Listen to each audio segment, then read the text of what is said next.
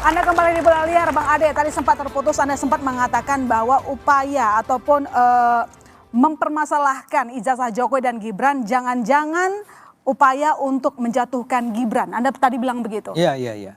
Itu salah satu analisis ya. Jadi kan begini, kalau ditanya kenapanya, kita bisa punya beragam analisis ya. Tapi salah satu yang kuat pengemuka di antara paling tidak di kalangan kami nih ya. Ketika saya mengatakan kalangan kami, ini adalah kalangan yang pro pada Jokowi ya. Itu kan ada pertanyaan, kenapa bertahun-tahun masalah ini terus berulang? Atau misalnya begini, saya selalu bertanya sama Bung Roy. Bung Roy, Anda itu punya apa sih sampai Anda mengatakan bahwa ijazah Pak Jokowi itu palsu? Punya bukti? Ya, karena ijazah itu sendiri tidak pernah ditunjukkan oleh Pak Jokowi Justru itu kepada Roy Suryo atau kepada masyarakat kecuali barangnya kepada polisi, kepada media massa dan seterusnya. Nah kan nggak bisa kita ambil kesimpulan bahwa hanya karena seseorang tidak mau menunjukkan ijazahnya, kesimpulannya ijazahnya pasti palsu. Itu loncatan logika yang menurut saya luar biasa aneh ya. Jadi kita sendiri tidak ada yang lihat sebetulnya ijazah Pak Jokowi itu seperti apa, tapi itu dianalisis, ditunjukkan sampai ada sebuah buku. Udah jadi buku ilmiah loh itu, 700 halaman itu. Sebuah buku yang berusaha menjelaskan dari berbagai perspektif tentang mengapa itu dikatakan palsu. Buat saya ya, sampai sekarang saya tidak paham kenapa itu dikatakan palsu. Nah begitu juga dengan Mas Subhan mengatakan bahwa ijazahnya, ijazahnya Gibran itu dipertanyakan lah ya. Di mana bagian dipertanyakannya. Nah ini muncul tidak hanya sendiri-sendiri, ada beberapa hal lain yang juga muncul soal rencana pemakzulan Gibran. Kemudian apalagi yang ramai, ada sejumlah hal menyangkut ijazah palsunya Pak Jokowi sendiri.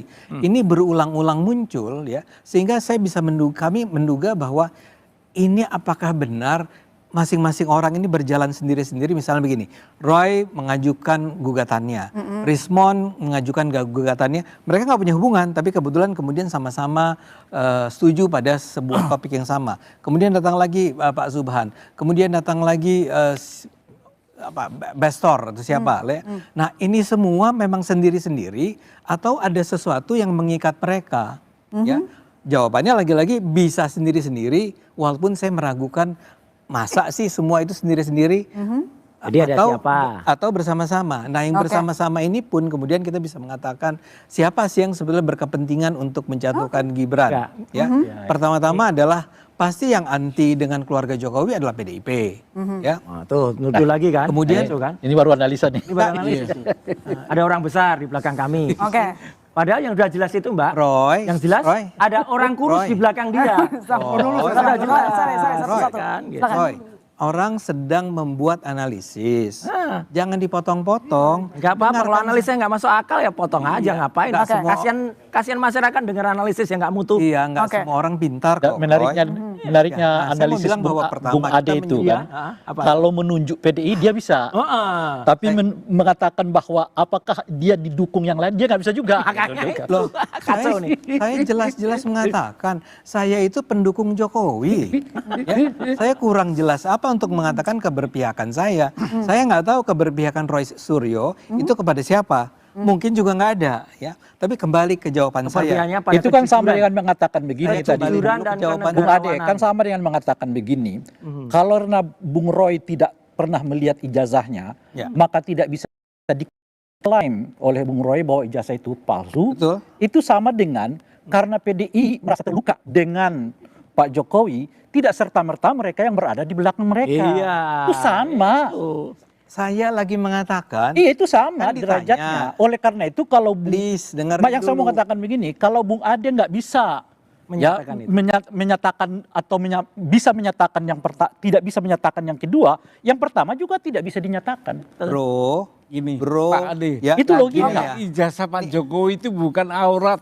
Harus dibuka, bukan aurat ya. Beliau ini menggugat bahwa Pak Jokowi itu ijazahnya palsu. Ya, susah cari ijazah. Kemudian karena itu dia berbohong.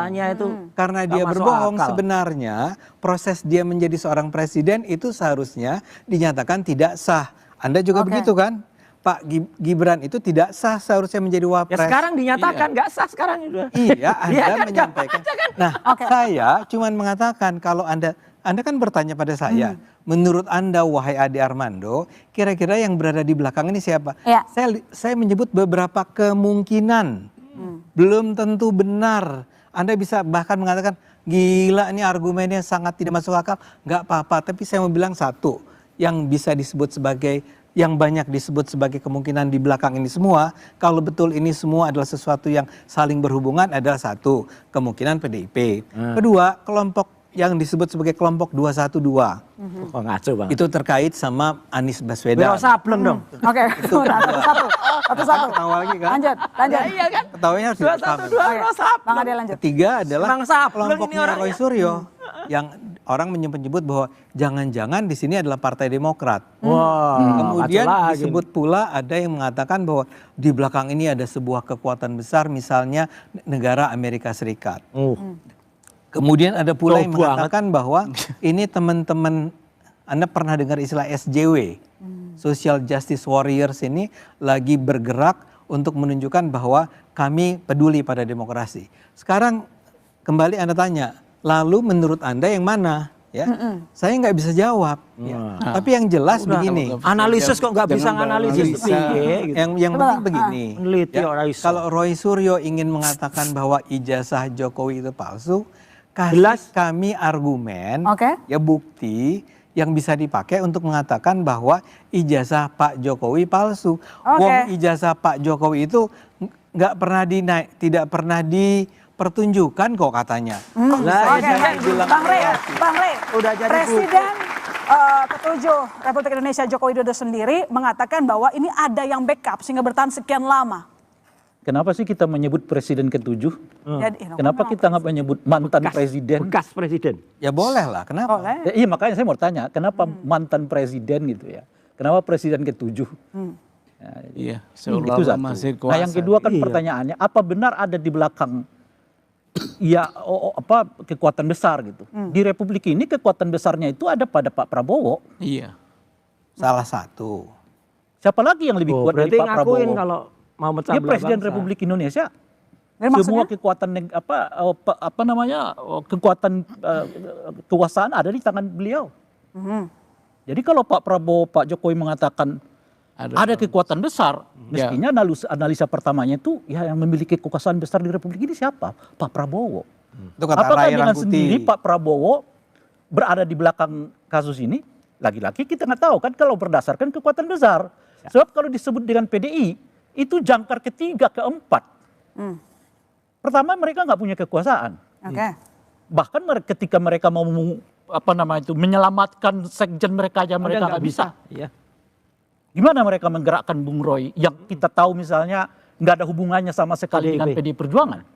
Bahkan ketika Bung Roy dulu berkuasa, PDI adalah oposisi Ya. terhadap Demokrat kan. Seringkali justru PDI dengan Bung Roy ini Berlawanan. berlawanan. Jadi di mana titik temunya? Kalau disebut misalnya 212 makin nggak kena. Kenapa? Kenapa? Satu PDI Perjuangan dengan 212 di mana ketemunya? Kan penjelasan itu semua harus diperlihatkan dong. Iya. Titik temunya. Setidaknya ada irisan yang memungkinkan mereka kita lihat ada bertemu. Pak SBY dengan Ibu Mega kita tahu. Ada juga. Ya bahkan belum pernah bertemu ya secara Betul. khusus di antara keduanya tuh. Baik yang nyata-nyata maupun yang bisik-bisik. Nggak pernah kita dengar ketemu. Jadi kalau disebut dengan pertanyaan itu, dari mana kekuatan besarnya PDI Perjuangan? Oke. Makanya bukan dia di level pertamanya. Di level pertamanya itu adalah Pak Prabowo sebagai orang paling kuat di Republik. Oke, baik. Saya ke Mas Saya nggak Agung. pernah. Saya mau bilang gini, saya tidak pernah bilang bahwa PDIP bekerja sama dengan 212. Tidak sekalipun saya mengatakan itu.